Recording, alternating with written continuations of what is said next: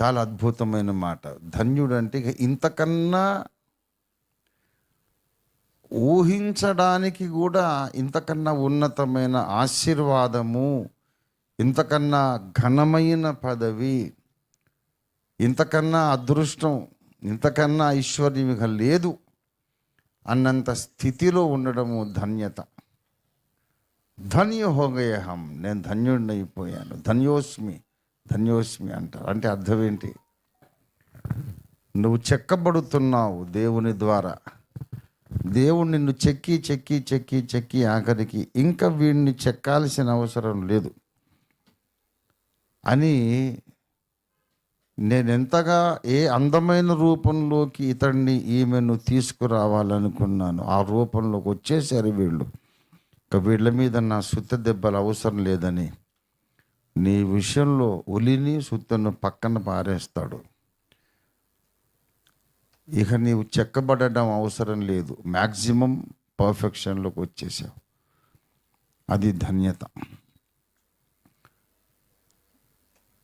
విశ్వంలోని పౌరులందరూ కోరుకునే ఐశ్వర్యం, అందరూ కోరుకున్నా అందరికీ దక్కని ఒక అవకాశం నీకు దక్కడమే ధన్యత. అదేంటంటే యేసయ్య ప్రక్కన పట్టపురాణిగా కూర్చునే అవకాశం నీకు రావడం. Maximum blessedness. ఎవడైనా ₹1,00,00,000 లాటరీలో కొట్టేస్తే అబ్బా భలే ఛాన్స్ కొట్టేసేవారు, భలే లక్కీ ఫెలోర్ అంటావే. అలాగే యేసయ్య ప్రక్కన కూర్చున్న భక్త సమాజాన్ని చూసి దేవదూతలు అంటారు.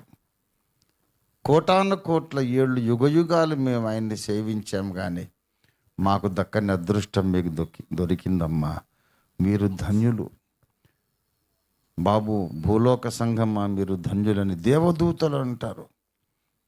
కెరూబులు శరాఫులు వధూ సంఘం కాదు, మనం పెళ్లి కుమార్తె సంఘం.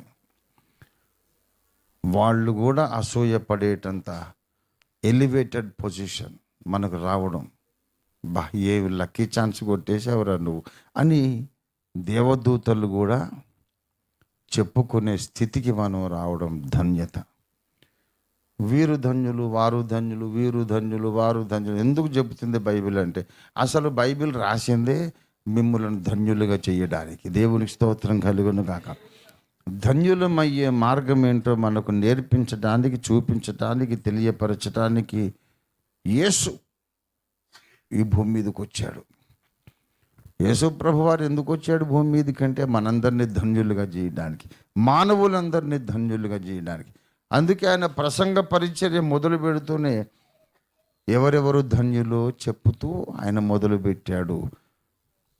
మత్తయి సువార్త 5వ అధ్యాయంలో ఒలీవల కొండ మీద ఆత్మ విషయమై దీనులైన వారు ధన్యులు, సాత్వికులు ధన్యులు, దుఃఖపడువారు ధన్యులు, కనికరము గలవారు ధన్యులు, హృదయ శుద్ధి గలవారు ధన్యులు, సమాధానపరచువారు, వీళ్ళు ధన్యులు, వాళ్ళు ధన్యులు అని ఎందుకు చెప్పాడంటే, సింహాసనం ఎక్కే ఆ లక్కీ ఛాన్స్ కొట్టేసిన వాళ్లకు విధిగా ఈ లక్షణాలన్నీ ఉంటాయి.